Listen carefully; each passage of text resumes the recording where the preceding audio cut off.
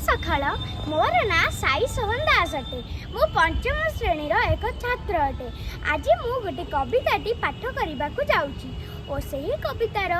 ना हेउची नई गला आपे मथा और यही कवितार कवि हेउचंदी श्री बटकृष्ण अजा। तेबे चलंतु कविताटी पाठ करबा। साइकेलटी किणव अनंत साइति किछि धन एक जानिले गोपबंधु बाबू अथिर होइला मन मन कथा मने रखे गोपबंधु कहिले अभाव बारी टंका थिले दियो देबे मु अनंत गले दिन दुई चारि टंका थली आनी थोड़िले अनंत दासे आपणक पासे हाथ धरी थोड़ी चाहिए निमिष दुख मिशा दर हसे 4 दिन जाई 4 मासे गला बरसे भी गला पूरी गोपबंधु बाबू देले नाही टंका अनंत होइले झुरी दूरगा बाट किपरि जीवे मु दुखरे बसिले भाड़ी बहुत दिन रु थकी पड़िले नि पादने मो चली चली साइकेल हेले सहज सहल बहुत पारंती बुली टंका नहीं तो से फेराई दियंते मो कथा की गले भूली भाभी भाभी दिने बेड़ काल उंडी कहिले मनर कथा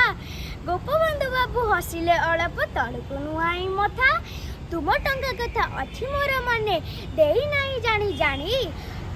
तुम्हें जदि मोर कथा रखिब एबे अनंत ए क्षणी देवी आनी बरसा बड़ी रे घर घर बोली अपंदर बाट देई